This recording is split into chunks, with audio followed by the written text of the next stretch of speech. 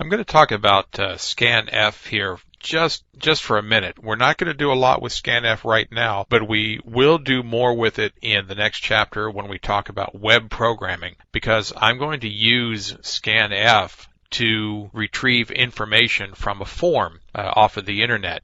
So you'll see more of it there. Scanf, though, basically uses standard-in as its source. It's the inverse to the printf. The format string looks the same. It uses the percent characters, percent %C and D, as you can see there below, for characters and decimals, and it uses all of the rest of them that we already looked at a few minutes ago in printf. Scanf does need to receive as many values as the format calls for, just the way printf did, but these values must be pointers.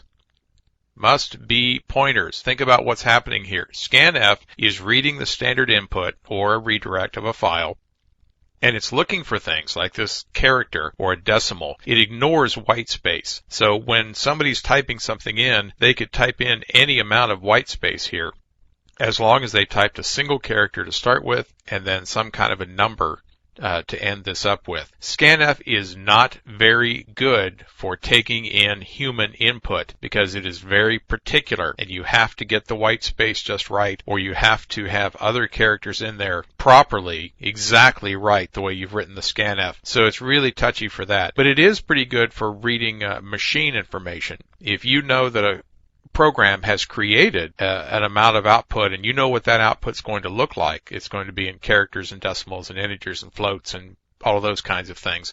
Then you can easily read that as long as that format is correct. And scanf will tell you how many items it received in. So if you're reading one at a time and you get a 0 back, you know that scanf failed. Okay, so that's just a quick overview of scanf. There's not a lot more to say about it here other than you probably do not want to use it at this point in your programming career, but I will give you a chance to use it in a little bit later when we look at web programming, because we're going to be taking in information from the outside world in a pretty particular method and format. So we should know exactly what the data looks like as it comes in. And if that data does not look that way when it comes in from the internet, maybe we're being hacked or something has happened to our internet form and it's been messed up. And in that case, we don't want to read that information in. So scanf failing on odd looking data is perfectly acceptable at that point. All right, so that's a little bit about scanf, and we'll see more of it later. Hello guys, welcome to my channel. This is the 6th tutorial in this course, and in this tutorial we are going to understand how to receive input from users in C programs. Now you can see that I've saved this file in my C program files folder, and it's called scanf, and it has the extension .c, and I've also put in the header file, and I've put in the main function. I've declared it, and you see the curly braces, so we are all set to type in code. Now the way we receive input from users in C programs is by using a function called scanf. Now scanf's syntax is pretty similar to the syntax of printf because it's also a function. We're going to see it in action in just a bit.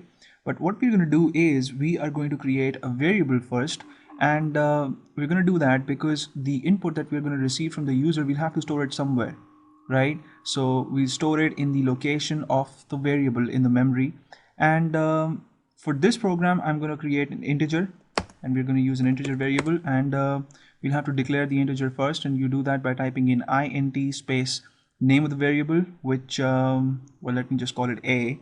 I'll put a semicolon at the end to terminate the statement, and now I'm going to use printf to display a message to the user on screen instructing him what he has to do.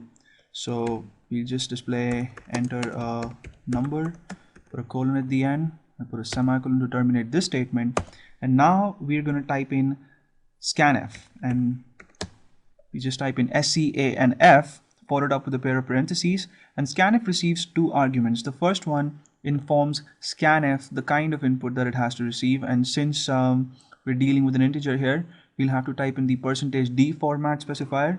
So within double quotation marks you type in %d, and the second argument that scanf takes is the address of the variable in memory.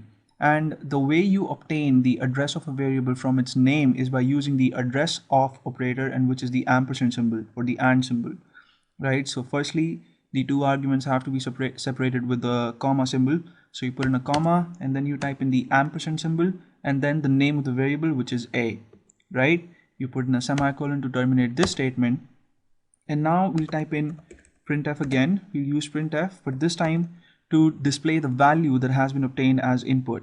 So let's first display a message like the value stored in a is, put a colon, and then you obviously have to type in the %d format specifier again because we're displaying an integer, and then you put a comma symbol, and this time you just type in the name of the variable without the address of operator because we are interested in displaying the value, right? We're not interested in the address here.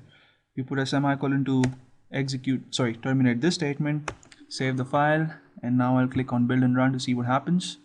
And there you go, I get my output window, and I see the message enter a number. So let me just type in 10, and 10 is an integer. I press the enter key and I see the output as the value stored in A is 10, right? So there you go. It's very simple to receive input, and you have to use the scanf function, and you've seen how the scanf function works. And that's it for now. In the next tutorial, we're going to discuss something interesting again. So stay tuned for updates, and please subscribe to my channel in case you haven't already.